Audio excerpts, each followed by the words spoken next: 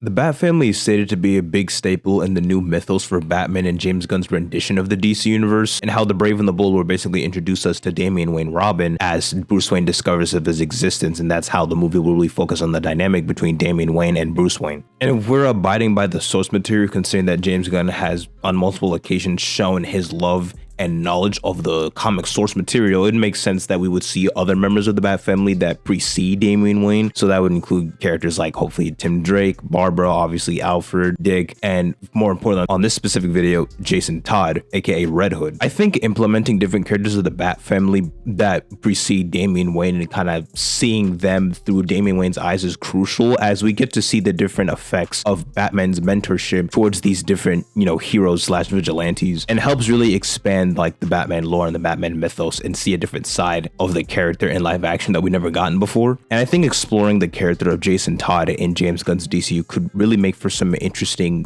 dynamics and stories within like the Bat family, as Jason Todd kind of serves as the black sheep of the family, considering he is most notably known for dying at the hands of the Joker and then coming back to life in the Lazarus pit. Now obviously if they were to incorporate Jason into this movie, I don't think he would be under the Red Hood storyline. I don't think he'd be a psychopath like going after Bruce Wayne, because by the time Damian Wayne comes in, I assume Jason Todd would already be fully solidified in the Bat family as Red Hood. But if they were to go to like a slightly different route of the character, I think it'd be really interesting to see how a live action depiction of Batman in the Bat family mythos is that you have someone that represents the legitimate flaw of Batman's argument, as Batman, usually believes that if he crosses the line and kills people, he'd be no better than those of like the Joker or be at the same level as like Joe Chill. And Red Hood is such a complex character, as you could see him maybe suffer through like some PTSD of some sort due to actually dying and being revived from the dead. And honestly, seeing the growth of Jason Todd from maybe being this murderous like killing machine into slowly,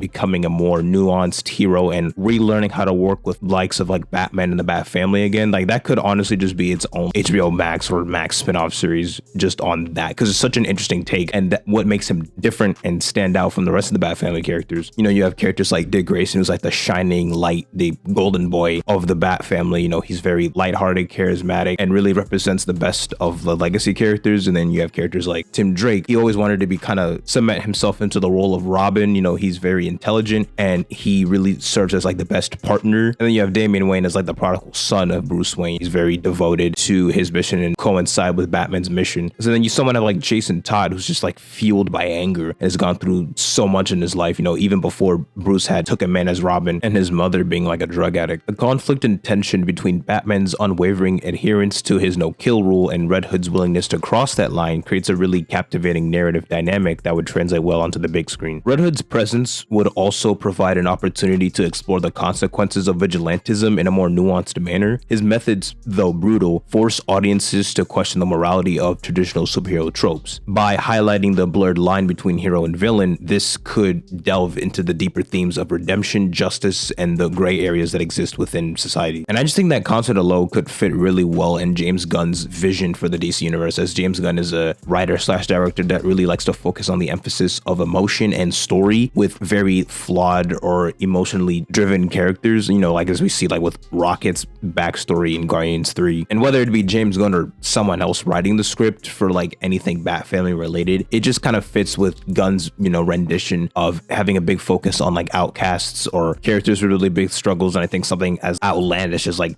dying and coming back to life would fit really well in his alley. And just the character's just a really cool rendition in like the DC mythos, as he's more of a violent character. So like if you have like an audience who maybe isn't too fond of like traditional like superheroes, think of it as like kind of like a Punisher-esque type character, with his usage of like dual pistols, and it's just more brutal methods of handling with criminals. I mean, who wouldn't want to see like an R-rated like Jason Todd Max series going over his life story, little bits of like when he was a child and his origin, just seeing like his rampage as Red Hood in the beginning and like going after Batman, just basically like the Under the Red Hood storyline, I think would be really cool in this DC universe. The overall impact of Jason Todd's presence could really give us a different side of Batman in live action, as we could see maybe him kind of dealing with the guilt of how he feels responsible for Jason Todd's death and how he tries to like rectify that or kind of come to terms with Jason. Just seeing Bruce in a more fatherly figure-esque role in this universe, considering the fact that his literal son is going to be the main focus in The Brave and the Bold.